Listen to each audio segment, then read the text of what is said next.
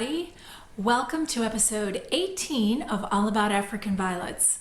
All About African Violets is musically sponsored by Ted Yoder, and you can hear and purchase his beautiful music on his website, tedyoder.com.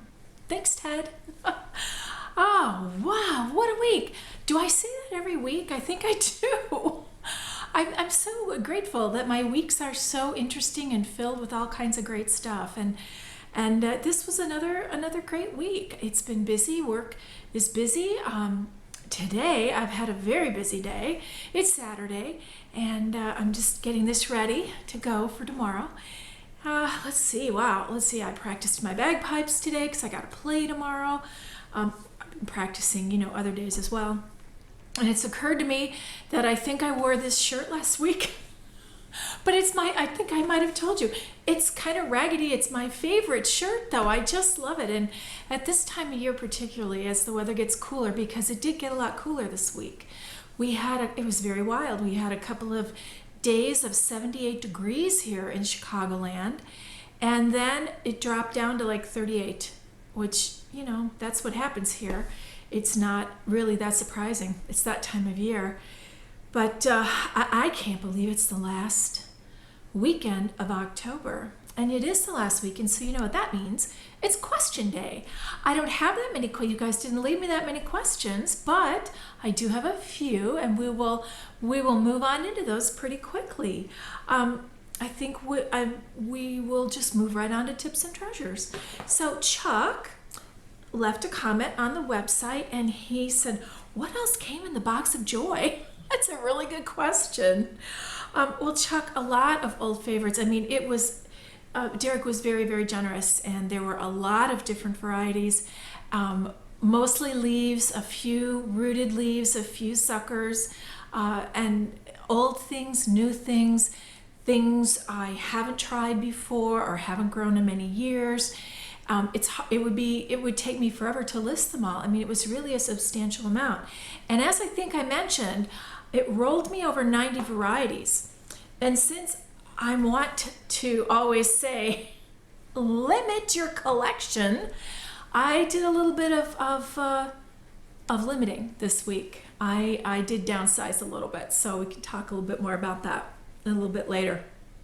And then Susan, Cameo Cat on Ravelry, she's also a knitter.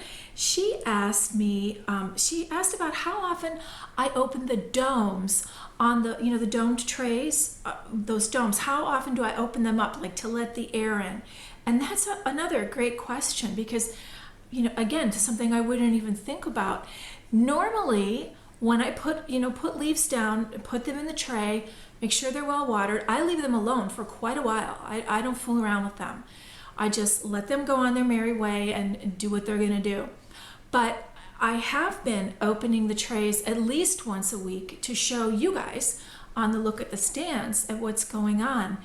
And I'll talk about this a little bit more on when we take a look at the stands today, where what I often will do until I separate them, like once the babies sprout and they're big enough to be taken, split off from the mama leaf, and I pot the babies up, I put the babies back in a domed tray for a little while. And I don't know if you guys noticed, but a few weeks ago, they were still in the domed tray, but I had stuck a Sharpie in at the corner, so it kind of propped up the lid, the dome, so air was getting in there, and that's sort of letting them kind of harden off, I guess, for a lack of a better term, to get used to the regular air before I just completely kick them out of the dome. But I really only leave them in the dome, potted up babies, for maybe 2-3 days till I feel they're established enough that they can be out in the, and then I'll open the dome, kind of raise it up with something propped under it, like the Sharpie or something, or a pencil, and let that be there, for another few days, and then they're on their own, and they'll either make it or they won't. So that's my, I think I say that a lot. They'll either make it or they won't. And that's kind of how you have to go. You do your best, and if they like your conditions, they'll make it. And if they don't, they might not make it. But so far, so good. Things are looking pretty good. And then Susan said, Oh no, that was what's because I wrote two things down here. But then Danelle, hi Danelle. Danelle says, she asked, do the storks sell their plants other than at shows? And you know what, Danelle? I don't think they do. I'm reasonably sure they do not do any mail order, but I will ask them when I see them this weekend. I will ask them for you and see what they say. And then Danelle also asked about green algae growing on. She said she's put some leaves down and they're in the tray, they're in the domed tray, and they don't seem to be overly wet, but she can see some green algae like growing along, you know, like on the top of the potting mix around the leaves. This is really normal. It happens a lot. I mean, that it's damp. We're creating, when they're under that dome, it's warm and it's moist and there's light, you know, so that's the perfect conditions for algae to grow as well as our plantlets. So it's very normal. It won't hurt anything, so don't worry about it. Okay? Well, I think that those are all the tips I had for you today for questions. And the treasure I want to share with you today is a look. We're going to go back to the Missouri Valley Show, and I took some extended footage of the other, what we call the other Gesneriids, of that section of the show. And I did that because that show had a tremendous number of other Gesneriids, and they were so diverse, ones that I've never seen in person before. So that was very, very cool. And so I took, you know, maybe 6 minutes of just kind of looking at a couple of different ones as we go down the line. And I wanted to share that with you because that's an area that we don't often cover. You know, we always talk about our violets, and a lot of the books really focus on violets, but other Gesneriids are wonderful to grow as well. And in fact, I will have some more to show you because I did get some more joy in the mail this week. So, but I will share that with you later. So let's go take a look at the Missouri Valley Show for the other Gesneriids, and I'll be right back.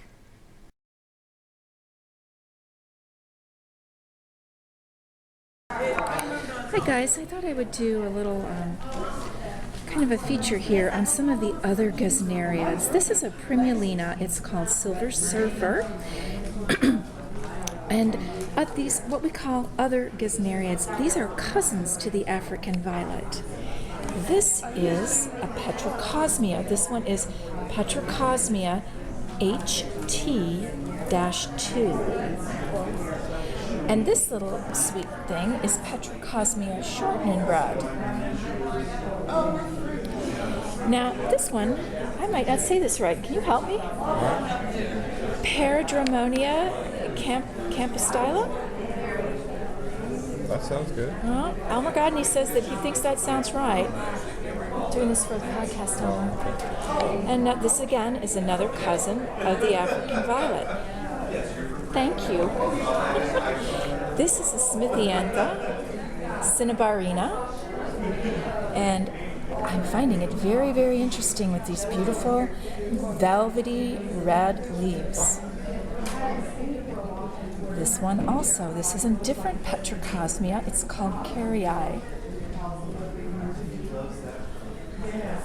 Here's a very different looking Primulina. This one is called Linearifolia. And this is a Nematanthus called Petropolis. So you can see that there are so many different types of Gesneriids. They are everywhere. This is another Primulina, a little tiny one. Not tiny, but medium size, I would say. And this one is USBRG, or VSBRG, I think, number 98. This is a Columnia. Now, remember, Columnia light prints. This was in the, it's in the beginning of the podcast. And this is it when it's not blooming. This is another Columnia, Linearis. And now we move over to a Calaria. This is a Calaria, another cousin of the African violet. And this is also a Calaria. This is Amylophyllum clarki. And this is an Achimenes called Achimenes musera. This is a Nautilocalix forgetii.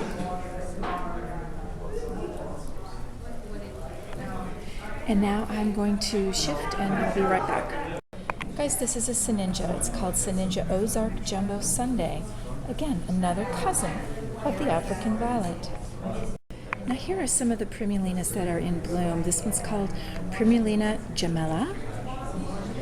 And this one is Primulina souvenir. And this is an Apisha, again, another cousin. And this is Apisha pink acajou. And this is Apisha Pink Dreams. It's grown under a dome.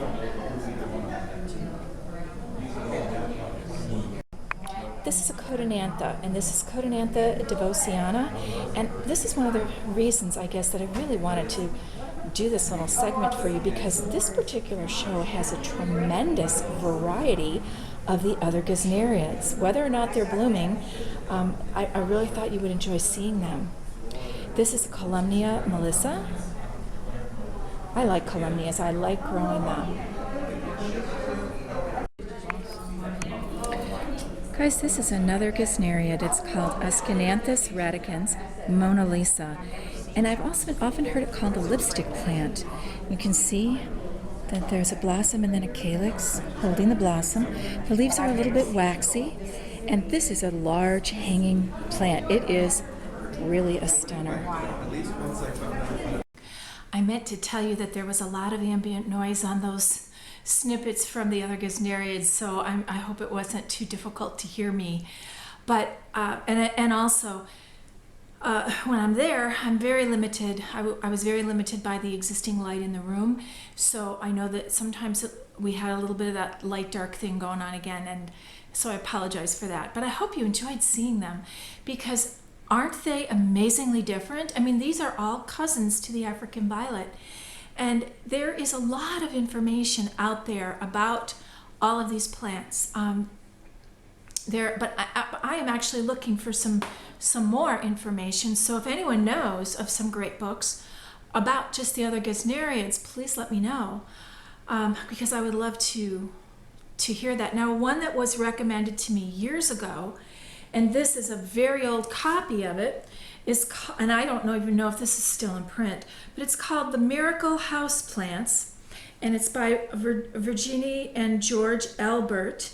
This was from the 70s, you guys, and it's called The Gesneriad Family, Easy to Grow Indoor Blooming Plants, Including African Violets. Now, sometimes you can find, oops, there I am. Sometimes you can find books like this in a used bookstore, or you might find them on eBay if you want to just keep an eye out for them. And I've certainly purchased a number of books, older books on eBay that are no longer in print. But what's really kind of beautiful and wonderful about this particular book for me is that it was gifted to me by the late Joan Halford.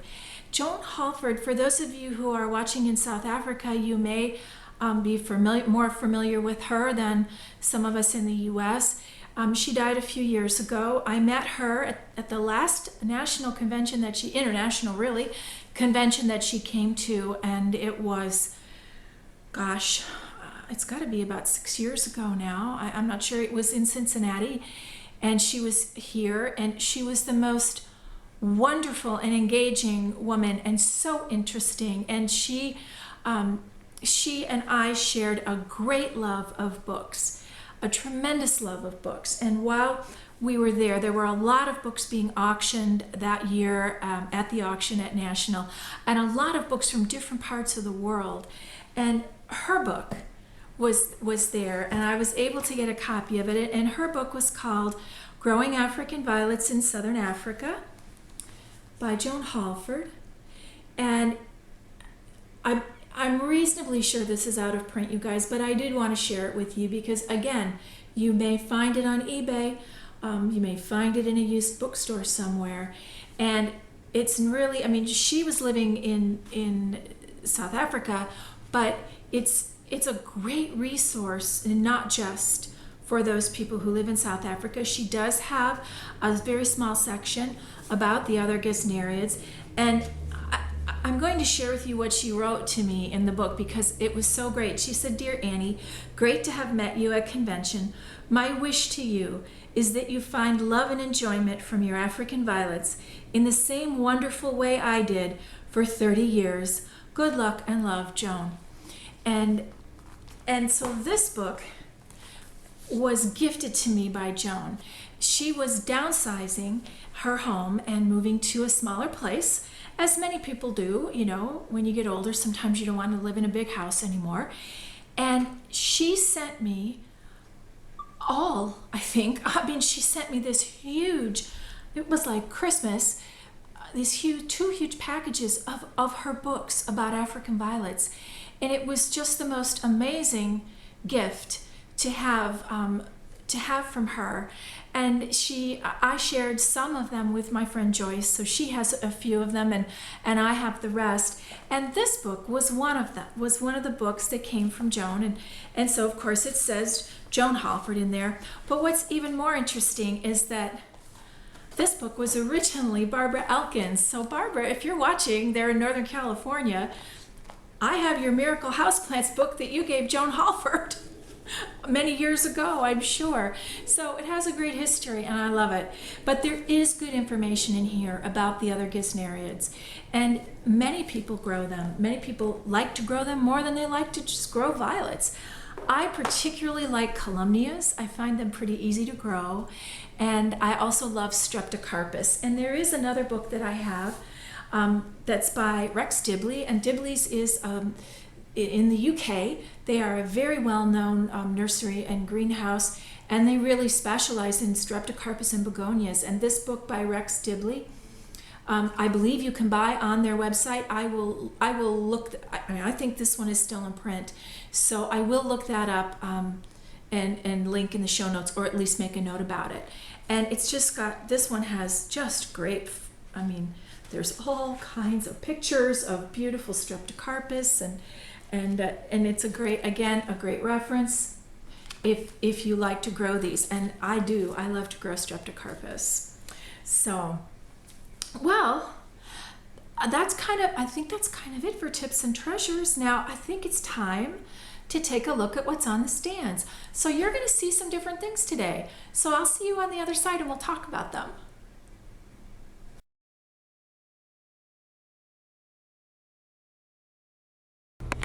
Good morning. There's a box of plants that came from Linden Lions.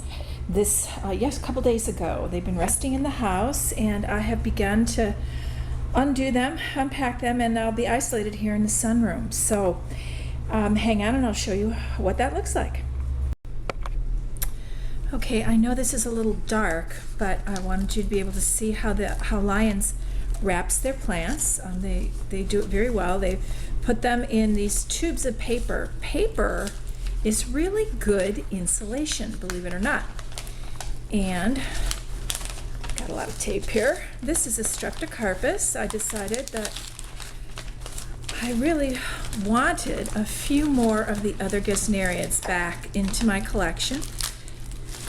And even though I did receive a lot of plants from Derek last week, I did downsize this week. I kind of went through the stands downstairs, and you'll see that I downsized about 20 varieties.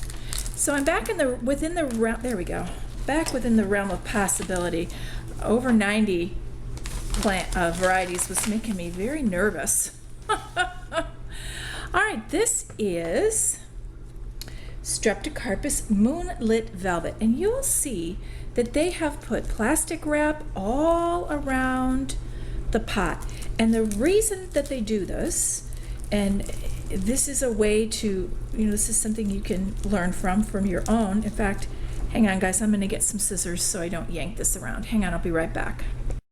Okay, handy dandy scissors. I'm gonna cut this now to make it easier. And they've got a little bit of like Easter grass almost around the plant itself. So you can see that it's This is a lovely looking, and it's a little bit damp. That's kind of probably how they keep it going while it's in transit. There we go. One strap. I'll be right back and I'll show you the rest of these.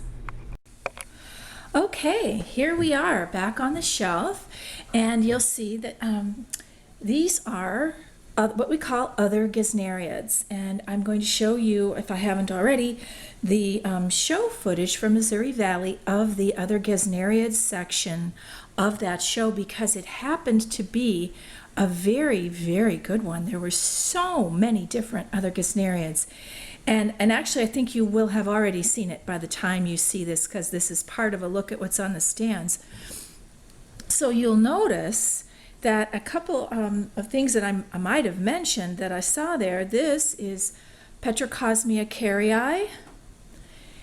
And I have wanted one of these since about the year 2000 or the year 2001, so a very long time. And I wasn't sure what it was. This is why you always need to write things down. And Linden Lions Greenhouse has sent me a gorgeous one. It is big. It has got, I don't know if you can see, it's kind of hard in the light, but right in here, these are buds looking like they're going to come up and bloom. I don't know. I hope I don't kill it. I'm going to have to do a little research into it, and my friend Joyce Stork is coming this weekend. She and Kent are coming to be the speakers at the Illinois African Violet Society's fall meet, and she is an expert in Petrocosmia, so I'm going to ask her about it then. There are two columnias here. This is Columnia Firebird, and this is a columnia that I had and lost in the debacle earlier this year. And this is a new columnia for me. It's called Columnia Apollo. I really like growing columnias. They're very, very cool. This is an Escananthus, and it's Escananthus obconicus. I hope I said that right. And you can see the leaves. It's almost kind of a vining plant. The leaves are a little bit waxy. They're a little thicker. And I think that I've only had one other Escananthus, and it died.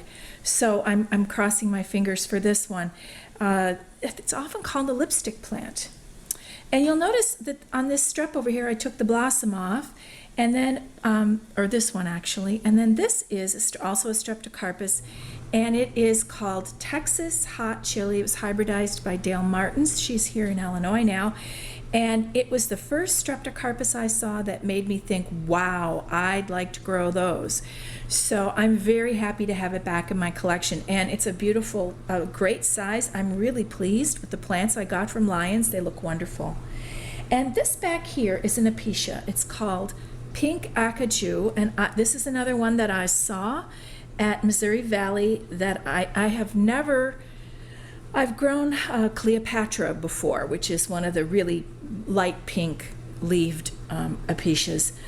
And you have to grow it in a dome, and it's cranky, and here in the Midwest where it gets cold, Apicias like the heat.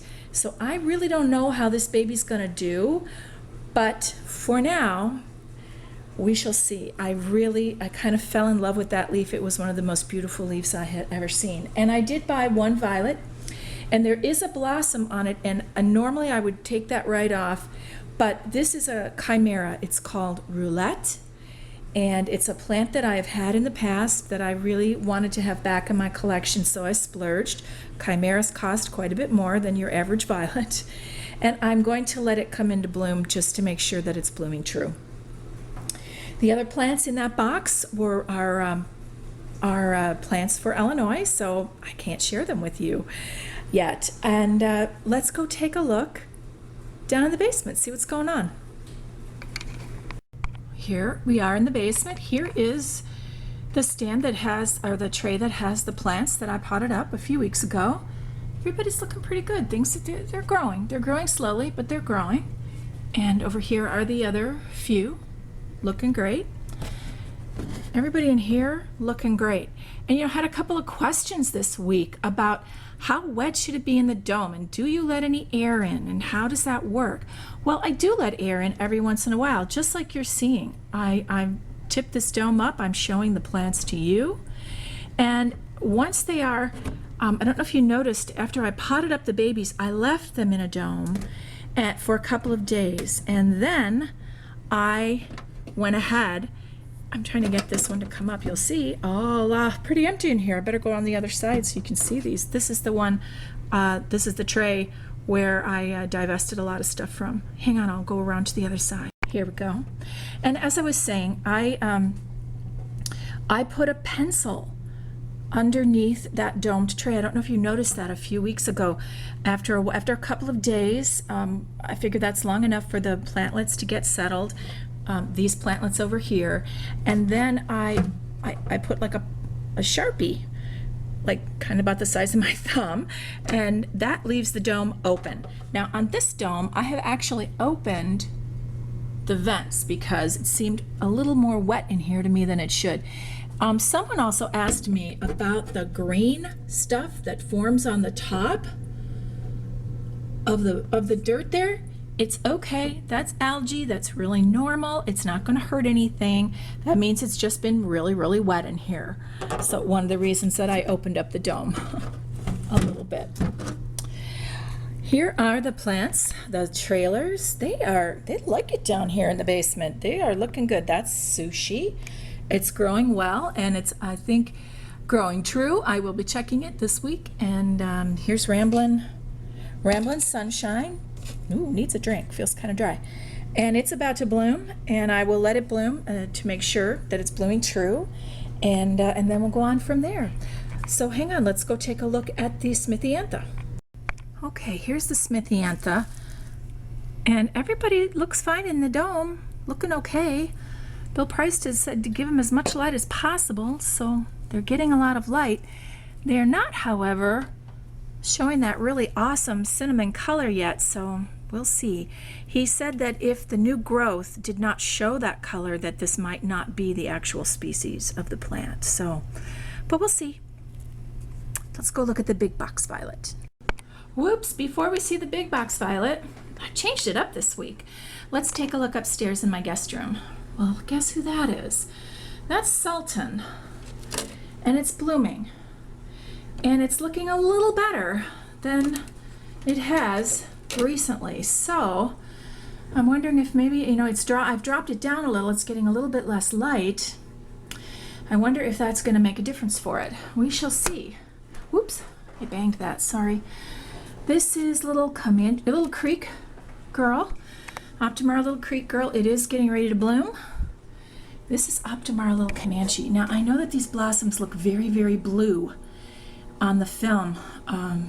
It's not film. Sorry, Tammy. But they're really a deep, deep, deep, deep, deep purple. Same here with little Inca Girl. You can see it's not quite as deep a purple. And really, the leaves are more of a medium green, whereas these are a dark green. And you can see in the tray over here that things are looking pretty good. These are all the plants from the box of joy. Whoop, there we go. There's Fisherman's Paradise right there in the front. And I just adore it, and I'm so thrilled to have it. Thank you, Derek, again. And everybody else is looking pretty good in there. And then a quick look down here. These are the plants that came home from show. And look how good Western Moon is looking. You know, I took that whole row of leaves off when I was at Missouri Valley, and it's making a comeback really well. I'm liking this plant. The longer I grow it, the more I like it. I did speak with Meredith Hall, the hybridizer of this plant. She said it never got very large for her, which is okay. You know, you don't always have to have a giant plant. So this one is about ready to be potted on into a 4-inch pot, and I'm looking forward to doing that. But here's everybody else, just kind of hanging out. Okay, now we'll go see the big box violet. Well, it's just as beautiful as ever. I don't think I need to say anything else.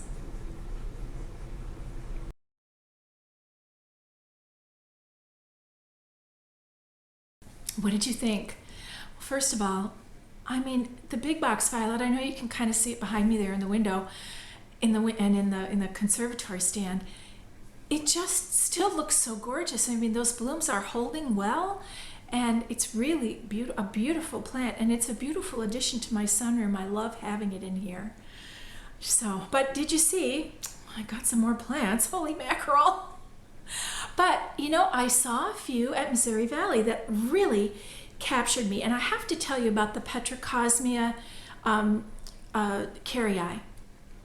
I saw that, as I mentioned, like in 2000 or 2001 at the first national convention that I attended. It was in Chicago, and I thought I never had seen anything like it. The leaves are such a deep velvety green, and the one I saw in the show was blooming, and I thought, wow, this is gorgeous. I'll remember this. Well, duh. I didn't write it down, and I didn't remember it, and I thought it was a different Petrocosmia. People kind of helped me try to figure out what it was. Well, lo and behold, I met Missouri Valley, and there it is, and I'm like, oh, that's it. That's the one I saw all those years ago. That's the one I want to try to grow again.